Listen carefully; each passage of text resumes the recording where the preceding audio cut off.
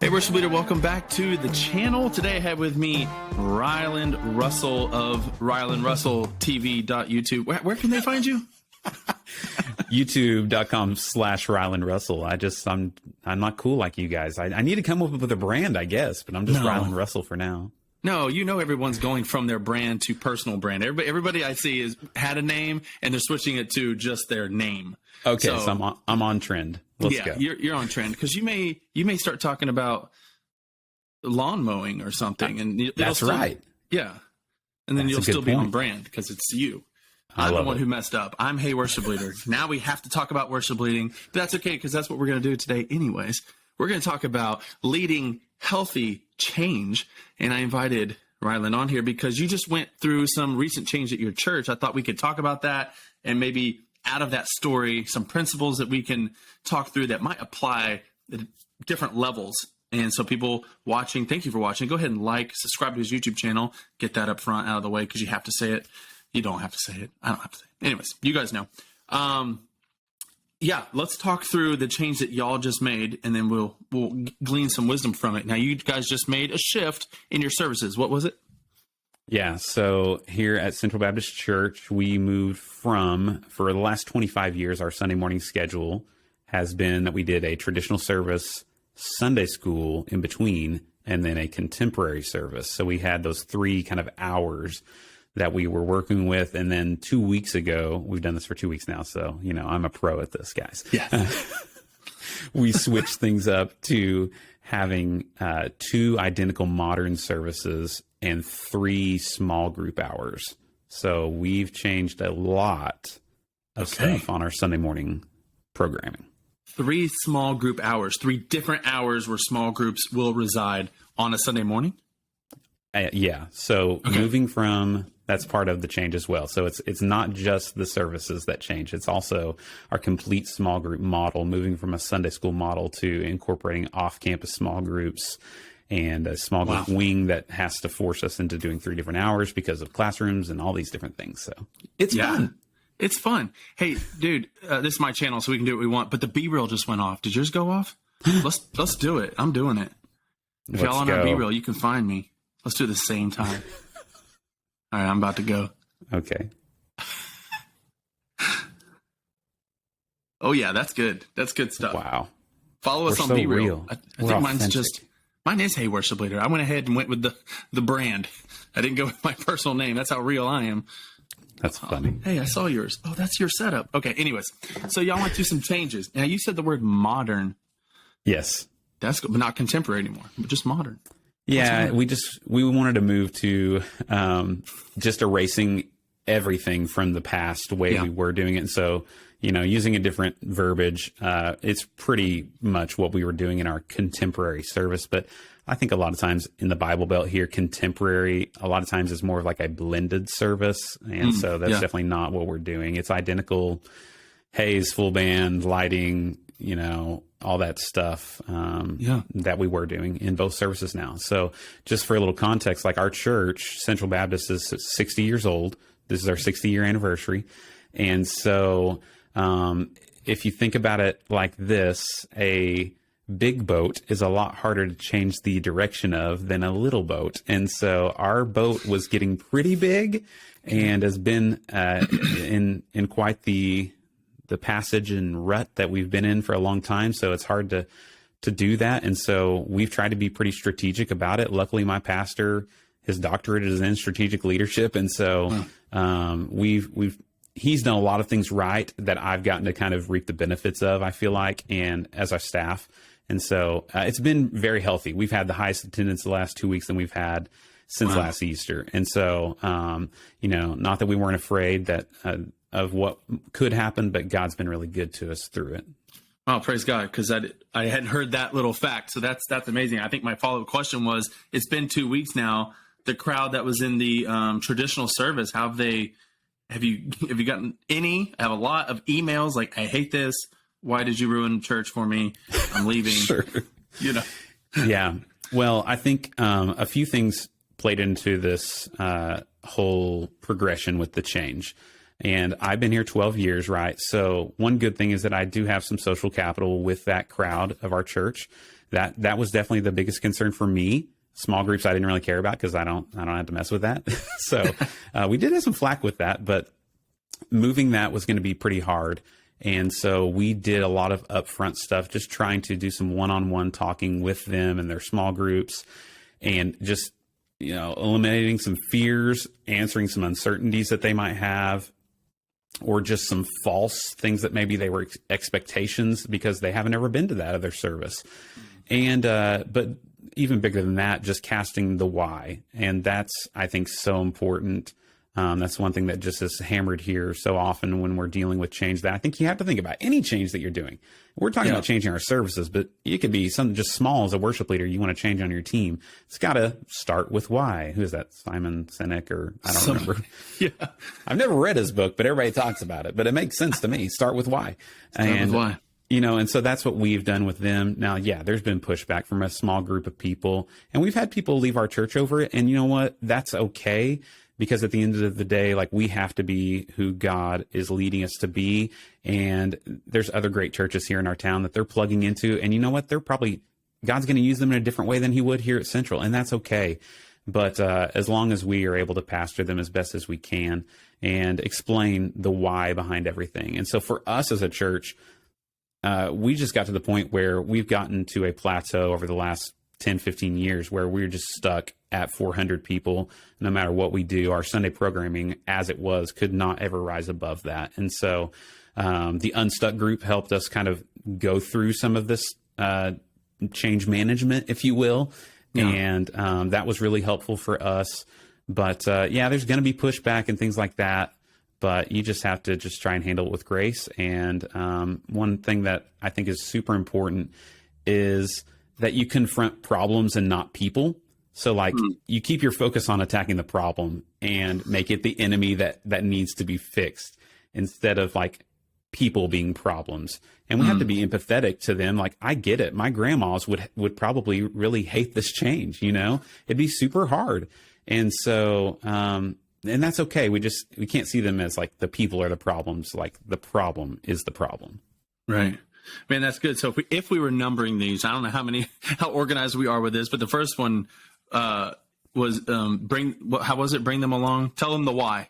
Start with why. Yeah. Start with why. That's so important. I mean, with any leadership, anything you're changing, if you're a husband, if you're a father, it's just when you're building trust, if you're new, let's make it more applicable. If you're new to a worship ministry, which I was 6 years ago, before I did any change, first I made sure that I had approval from the leadership, the upper leadership, my pastor, the elders.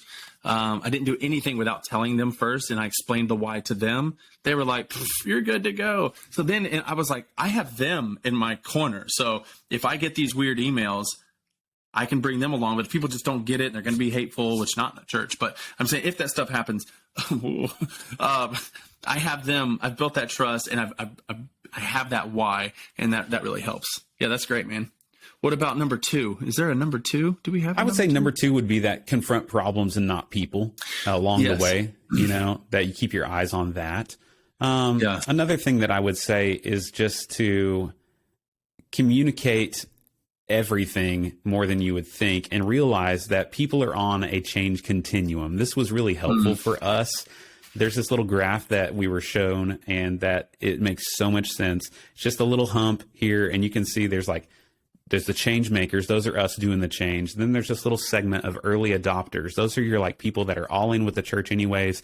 You say, we're doing this new thing, and they're like, let's do it. I'm all for it. Let's go. And the next section of people is like this early majority. And so we had specific meetings where we brought in high level leadership in our church that we knew were very important to the life of our church, and brought them in and explained the vision and cast that vision.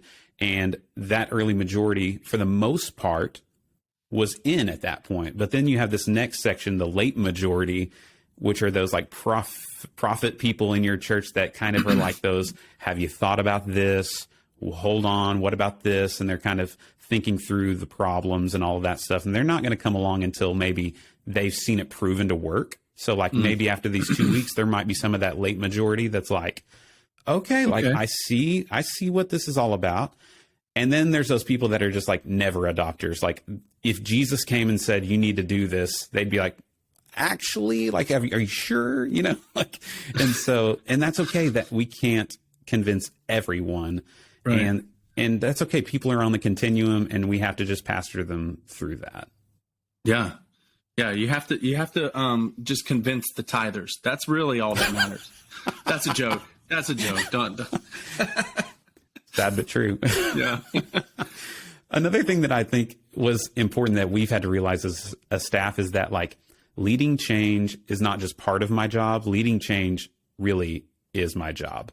Whether that's life change in people, calling them to be something different, to be more and more like Jesus, or actually leading my teams through a change. Let's like get specific. Say I want my team to move from using music stands to memorizing their music. All these concepts are going to be the same. You know, I may have a pianist that's used sheet music for the last 30 years, and I need to explain to her the why of why we're going to start using, you know, I'm going to baby step her into it, and we're going to move to an iPad setup. And now I'm going to ask her also to use a Bluetooth pedal to turn the pages. Like, okay, she's going to be somewhere on that spectrum, but the why behind it needs to be about and convincing, you know? Yeah. And so that's got to be super important for us. Another thing that I think is something to realize is that people aren't going to change unless the pain of staying the same is worse than the pain of the change, if that makes sense. That was so good. Somebody's knocking at my door. So well, just you better answer. Come in. People will move and change when the pain of staying the same is greater than the pain of the change. Gotcha. And so, you know, for us, we were at a spot that we communicated this 2 years ago, that if our church didn't change, we would be closing our doors in 17 years. That was the reality of the trajectory of our line when we graphed it out. And so that was an eye-opening thing. And for our people to realize, okay, like we do need to make some adjustments. And luckily, like we've gone now, we're like on the momentum phase of all of this again. And, but you know, you have to help people realize that, like, I mean, think about your health. A lot of times for me, it's like, or for some people, if you maybe you get that diagnosis, like, hey, if you don't do something, you're going to be diabetic in 2 years. Oh crap. Like, I guess I better actually get serious about this. Yeah. You know? And so, helping them realize like staying the same is actually going to cause a lot more pain than just doing this change will. Yeah. Yeah, for real. So with that point, and I think the one before it, when we're one of the ones before we're bringing them along, I was thinking of a specific, practical thing that I did when I first got to my ministry. We weren't using like Ableton, any clicks or pads or anything like that. And I was bringing the change that we were going to start playing with a click. And I had a range of people responding. So I had the people who, let's just say, I'm not being rude, but weren't good enough to play to a click yet. And then we had the people who were like professionals, who it was almost like a slap in the face that you expected them to play with a metronome, you know. I am the metronome. I am the metronome. Yeah. So I was able, by God's grace, to bring people along that maybe weren't good enough, or re-audition them and say, hey, you know, let's practice on this. But then I had never even thought about that group. And so I just brought them along and saying, hey, you are that way. You are a pro and you are amazing. And I'm so glad you're on this team, but not everyone. And we're not a paid band here. This is a volunteer base. And I'm leading a huge group of people. And the click is an objective source that everyone, whether you need it or not, everyone can agree on. And when I brought them in as, hey, can you help me bring up these other people to this? That was one reason. And then the other reason is, which this isn't a in-ear video, but you know, in order to use a loop one day, you got to get used to playing to a click. And so then we were able to start playing with tracks and but I had to lead that. And it's been 6 years. Well, it took 4 years to start using like, loops, multi-tracks regularly. Yeah. And so I didn't speed through it. We just got used to playing with a click for like 3 or 4 years before I even tried to start adding, you know, Ableton to the mix. But I could have gone faster, but I didn't feel like I needed to. And just building that trust, and now we're good to go. But yeah, bringing them along in the why was big on that. And then the other point you said also applied to that. Yeah. And I think with change, sometimes you do have to make changes where it is an abrupt thing, but a lot of times in our church ministries, we can use the frog in the boiling pot approach. Like even with you changing to click tracks, I've seen a lot of people wondering, like, how can I do that? I always say, like, just start with just your drummer in the click track. Have him just the only one with the click in his ears because he's the one setting the tempo. And then maybe add some more of your band to that click stuff. And then eventually you can start doing tracks and stuff because you don't want to do track. I've seen the youth band just like, we're going to do tracks this week. And like, they've never even heard a metronome before. And I'm like, this is going to be a disaster. Yes. And so you don't want to just throw people in the deep end. And that's something that as we've changed these services, even I've been trying to be strategic about kind of bringing people along, doing older songs and maybe some modernized hymns and stuff. So that way our church can still worship, because that's our job, is to help people engage in worship. And, we're just trying to navigate that as best as we can. Yeah. And that applies to other things. I think you mentioned earlier about like music stands. That's another one of those things that's people either love their music stands or they want to wipe them away clean. And what I was thinking about this is like, you want to make sure with the why, I know we moved on from that point, but like that your why, I think this goes with what you just said about, man, that trajectory, what trajectory will be on. That's like knowing the outcome. But sometimes I think we head into change because we've seen it somewhere else. Like asking the question, do I really need this change right now? Do I need this change right now? Do I need this change here? Do I need this specific change? Like, why are you going to use the click? Why are you taking away music stands? Is it just because Elevation doesn't have music stands? So answering those questions is huge, because I think a lot of people jump in, especially young leaders. I was once a young leader. Maybe I am compared to some people who are watching. We can just jump ahead doing something because we got it all figured out in our mind, but we haven't really shared the vision behind it. We haven't maybe even thought through why we want to do it. We just saw somebody else do it, and that's not good. That's a great point, man, because every change we make costs leadership capital. And, I've been in places before where change was very frequent, but things were not stuck to for very long. And so, it's almost the boy who cried wolf kind of thing with your people as they follow you. It's like you kind of, until he says it 3 times, we're not going to do it, because we know like that's just how he's just saying we're doing this new thing. And so, really being calculated with the changes you're making, I think is an important thing to think about as we lead our teams. Yeah, that's really good. That statement about costing capital, that's true, because one of the best things we can do is like be building that trust. And so if you think about it in that category, that's like, oh yeah, I don't want to waste my capital on something that's not important. Yeah. Right. Yeah. That's good.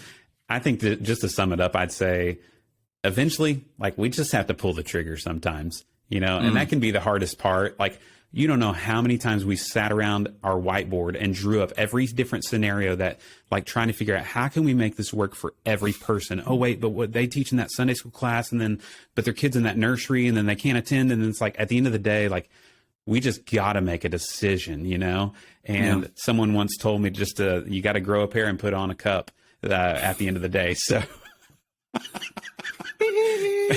no, I'm just kidding. That's sometimes that's just part of leadership. And, so I thought that was funny, but it stuck with me. That's hilarious. Yes. I won't put any visuals.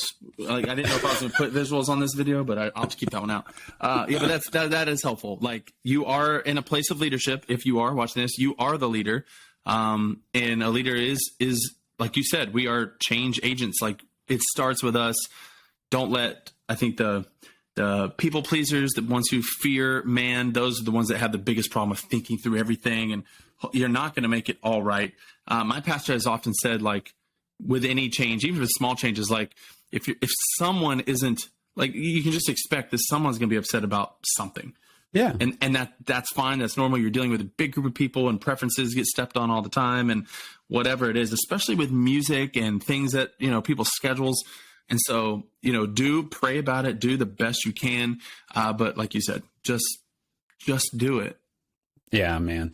And I think, don't take my word for all this or Jimmy's. Like, go to the Bible. It's full of leadership examples. And one of the greatest ones I like is the story of Nehemiah. And, you could use that to talk about building a coalition and the funneling of information through key leaders and all these different things, and, engaging the base and all these different stuff, and the idea of prayer and fasting. And so, scripture is definitely, our first lens that we look through all this stuff with, but hopefully some of the stuff can be helpful.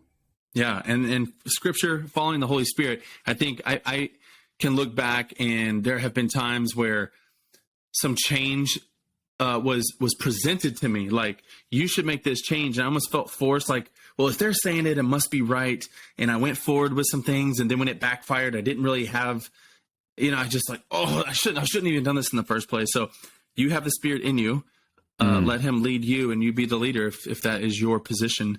And go for it, man. This was helpful. This was gold. I appreciate you sharing it.